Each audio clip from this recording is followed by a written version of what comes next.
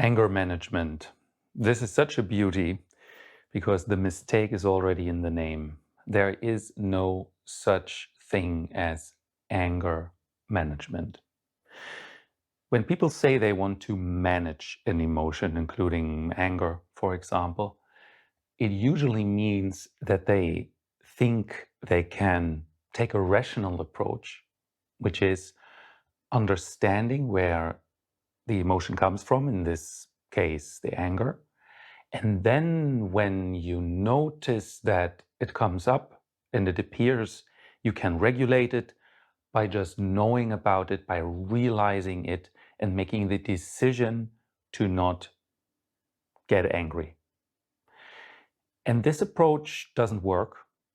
And if you have been told that you have anger issues, or you think you have anger issues, then you will know that that does not work. And it cannot work. It's not your failure. It just can't. It's a futile approach. And among the emotions, anger is the emotion that is the most difficult to cognitively influence. You can influence some emotions cognitively for a while, but also not permanently. But when it comes to anger, the failure of that approach is the most obvious.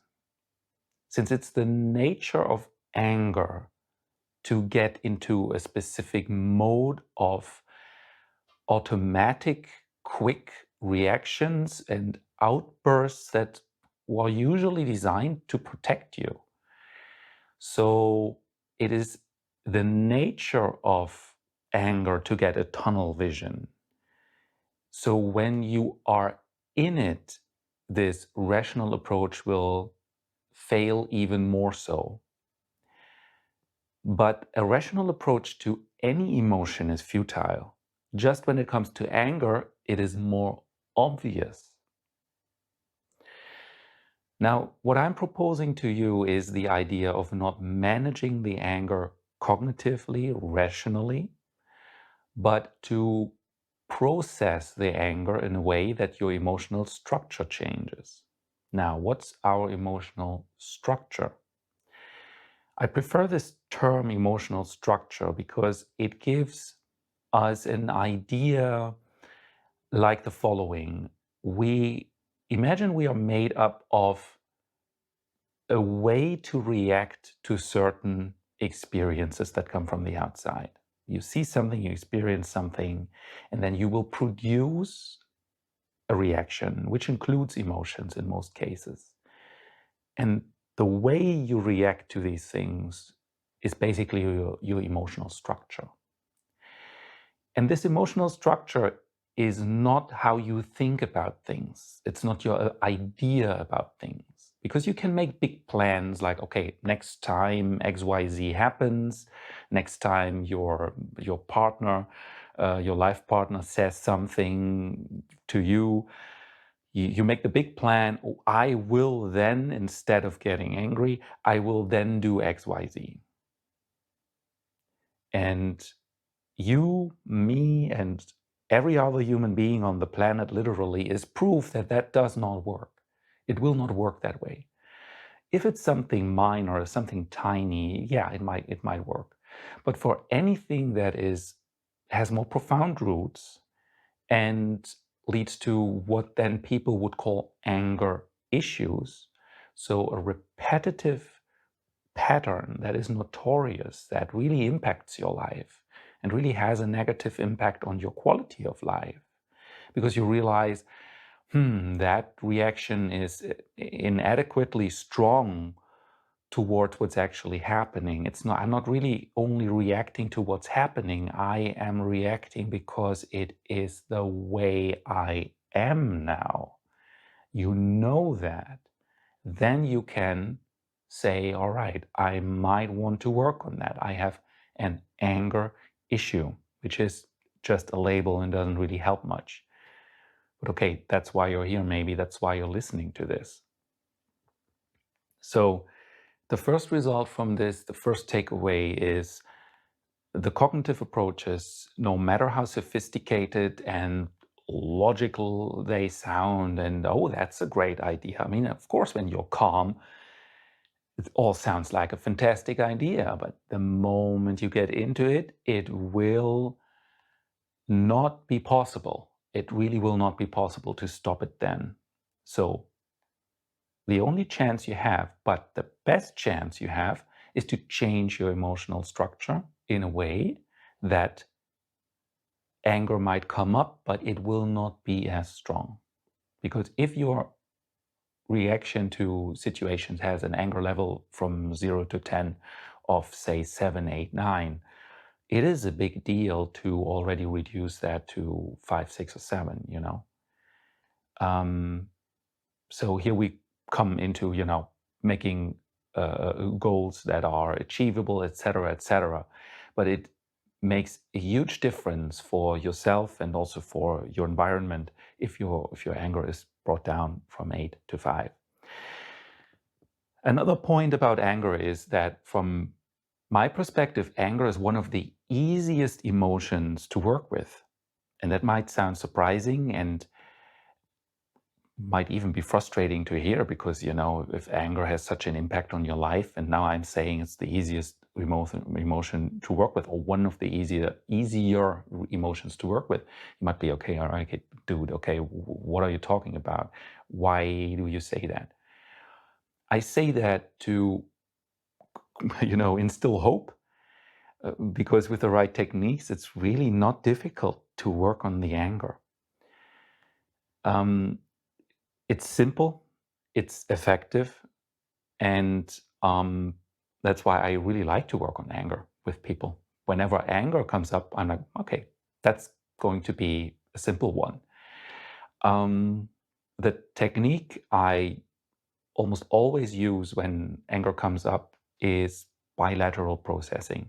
That's a technique that can use a tactile stimulation on the knees, on the hands, which includes a bilateral, a left, right, etc. stimulation on the body by, for example, touching, or the person touching themselves. It can be auditory. There are applications for that where you have a left-right auditory stimulus. It can be visual. It can be the movement of the eyes, well, where the practitioner would move their fingers in front of the eyes of the person. The receiver of care not moving their head, just moving their eyes left, right, and processing an emotion like that. That needs, of course, a bit more than that. There's a protocol how to do that appropriately, and emotional stabilization has to happen before using this kind of technique. It's very efficient, it's evidence-based, it's widely used. It's being popularized under different names. I prefer the term bilateral processing because it's the generic, non-trademarked term of the technique. So that's what you should look for. But there are other acronyms, and it's always people starting to sell things which are out there under their own acronyms and names, etc. So that is the technique to do it.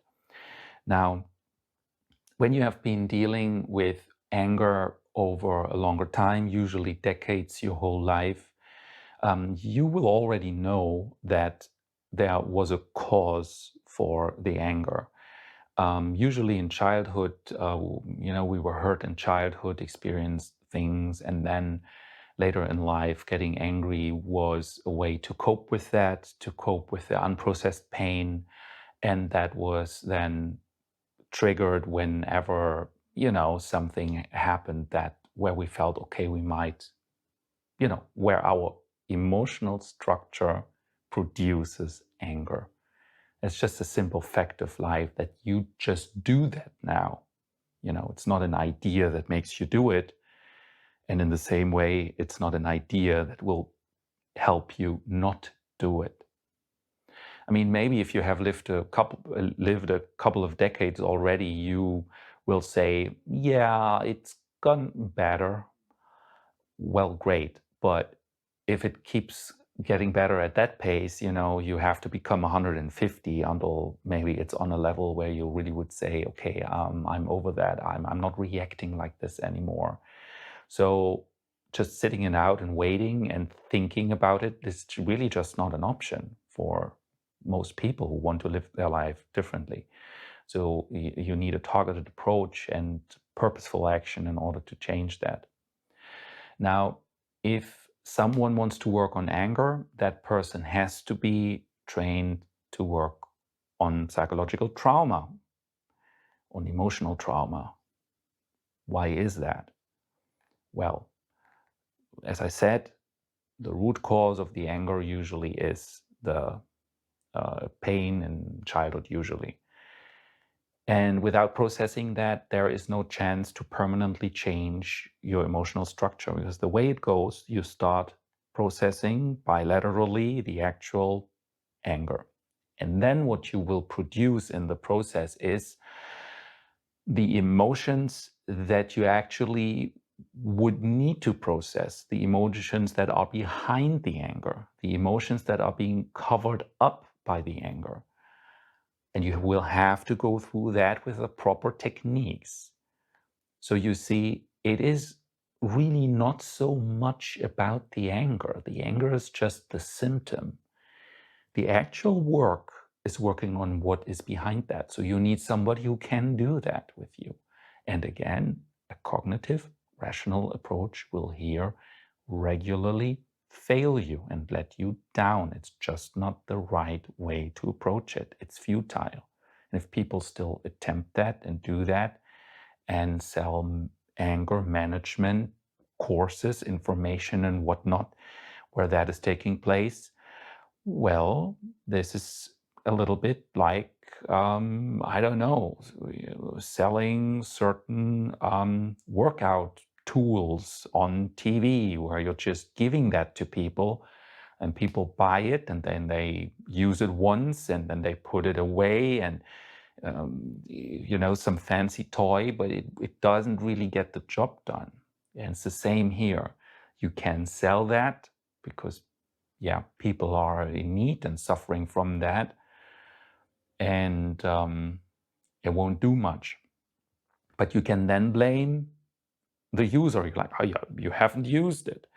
But there's something missing. It's just not the right approach. It's like when I don't know, you buy some toy in order to lose weight, for example. Well, it would need a different approach. You have to attack your nutrition, right?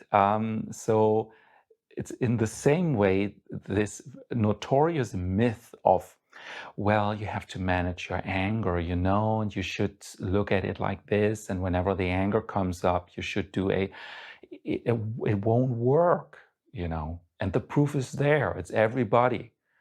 I mean, there might be, people who say, okay, a cognitive approach has worked for them. Well, congratulations, but it usually doesn't. So you start with the anger, and then other stuff comes up, which is, when you do it well, it's right away the core of the problem. And then you need the skill to work through the core of the problem, to restructure the emotion of the person. If you can't do that, you cannot work on anger with people. So that's the skill set that somebody would need. And that's what you should look for in someone when you want to change something about that. Now you might ask, okay, I want to get rid of the anger. I want to reduce the anger. Do I have to process my whole childhood and all the trauma I've experienced? The answer is maybe, but not definitively. So yes or no, you will have to process for sure a part of it. But I advocate only process as much as necessary, because all this emotional work and emotional labor, when you do it with someone who knows how to do it, it is surprisingly efficient and it gets the job done. It's fascinating and all, and it's going to be the most, the best hours of your life you will invest like I have when I went through my process. Like that was definitely time that was so well invested. But still, it is effort, it is time, it is money. So you want to prioritize and be like, okay, my main goal is to reduce the anger. This is what's impacting me. I do not have to really clean out the wardrobe completely. I want I want that as my primary goal. So if your provider of care knows that, and this is the defined goal, then you would go for that and just do as much until that goal is reached. And certain other topics, issues that are still there could be put away and put to the side. You don't have to drag it all out and work through all of it. It really doesn't have to be done. When I work with individuals who have complex trauma or childhood trauma, which usually spans 1 or 2 decades of their lives or years, I mean, a lot of things have happened in that time. So the way I do it, there's a minimal kind of effort you have to make in order to produce some meaningful results. You have to give yourself time for proper stabilization before anything else, and then work through the topic. So it is 1, 2, 3 sessions where I would say, okay, someone should be committed to 3 intensive sessions. The first 2 being usually around 2 hours long. So that's something. So this is usually something where I say, okay, that's the core of it. Most of the work happens there. That's something you should plan in. But how much you then need after that really very much depends on how far you want to go, if it still contributes to your main goal that you have set for your process. It might be that the anger already has been reduced to a level where you say, oh, I can live with that. And even your, the people around you give you that feedback. Oh yeah, something has changed. We really notice a difference. It's really different. And once you have that, you can be satisfied and be like, okay, good enough.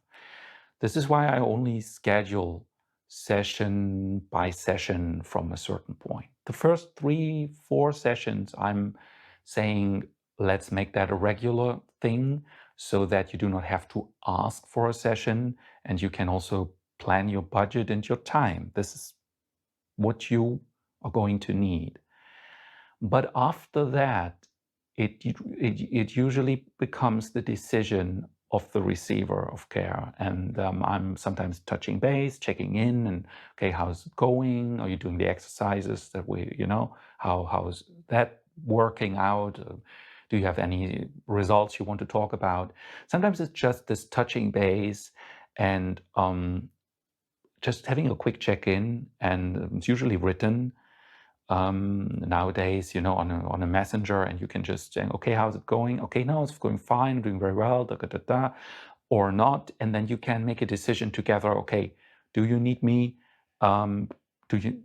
Shall we do something, just a 40-minute thing, shorter? Or I can give just an impulse and an idea and direct and give some guidance on how to make some fine-tuning in the exercises that the person is doing. My main goal is always, and it should always be to, and here I'm using a buzzword, empower, what that means. And what it means for me is making you or the receiver of care as independent as possible. There are moments where you need that stability of the relationship between receiver and provider of care. Yes, but you can very, very early in the process, from the first session, empower by giving exercises that the receiver of care can do by themselves. Like with physical training. If you have a personal trainer, you wouldn't just go there once a week and work with the person. You would keep doing what your PT tells you in the time in between, because the real success happens in the time in between. There's so much time happening between sessions. There's life happening too, but there's also time with opportunity where you should practice certain things. And it's the same for emotional work. There are exercises you should do in order to actually move through this process as quick as possible and with fewer interventions. And just thinking about things is not what I mean. I mean actual exercises where you sit down or lay down and you process things in the way that was discussed before, and you have already practiced that. And that improves your outcome like a lot. So that's not so much related only to anger, or to work with anger and the root causes of anger. That's a general idea, but that's also something I always suggest to look for. That's the approach. How many tools do you get that you can actually use in between sessions? Do you get something useful, meaningful there to reduce the session time? To my students for becoming practitioners, I always say there's so much pain out there. There is really no reason for you to keep receivers basically on coming back. Make them as independent as possible, as soon as possible. They will come back when they need you, and that's such a and this is such a satisfying attitude, because you can help more people. It's just a better way to work rather than only working in the actual session. Allow me to repeat one thought that I have already shared, but I feel the need to repeat it because it goes against a very engraved, notorious misconception that is out there, and that is this idea you understand the root cause of something and that will change how you feel about it. Unless there is some new information in there. For example, you were feeling about a certain event in family event, for example. You were feeling in a certain way about it. And out of a sudden, you receive some new information about what some person did to someone. That will change how you feel about things, probably, because there's new information. But the events of our younger years, our childhood, who have created our emotional structure, just thinking about them again and understanding the connection that they always have with the way we are in the present, it will not change how we are, how we feel. It just won't happen. So when people start saying, oh, I have analyzed and reflected about my past so much, I understand where everything comes from, I'm thinking, well, good for you, but now let the work begin. I mean, it's okay that you know where stuff comes from. That's not inherently that's not inherently bad, but it also really doesn't change anything. It really makes no difference. And what you need, and here I'm trying to give you really these words and then really meditate on them, is you need exposure to the painful emotions after proper emotional stabilization that is giving you the tools to not get overwhelmed by it. And that in the proper setting and context and choreography. And if you do that, accompanied by someone who knows how to do it, then you will actually process emotions in a way that your emotional structure will change.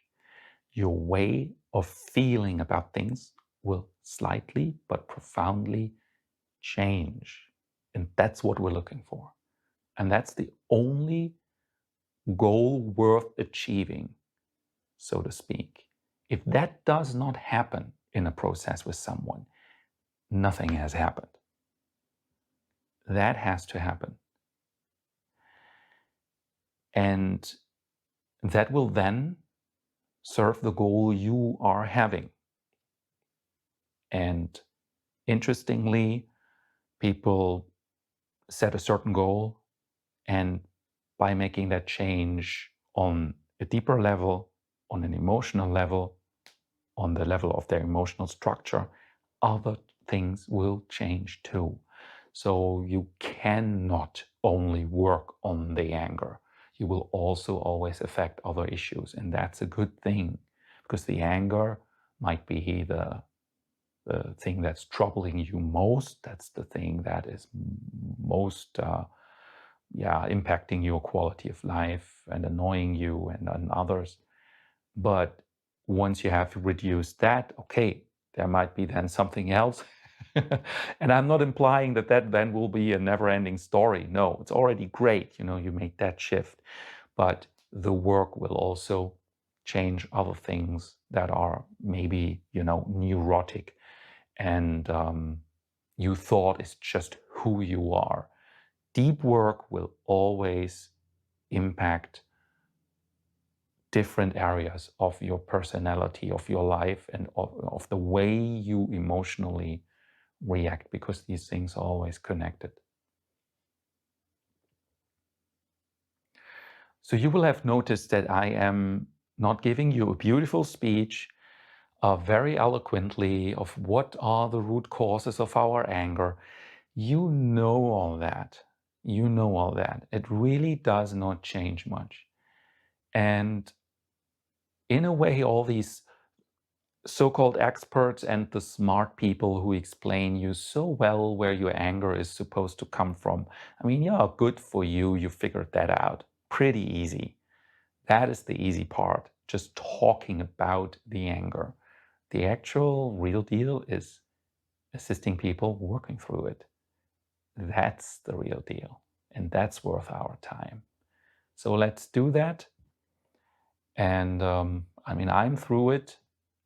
So many others are. And join us. Our life gets a bit lighter without having to react in that way, because this is really what life is then. You have to react that way, and it's really not your fault. The techniques are there. That's the way to do it. Look for these kind of approaches. Deep emotional work is one way to approach it. This is the way I call my system. So that's something that you can do, or something that does it similarly.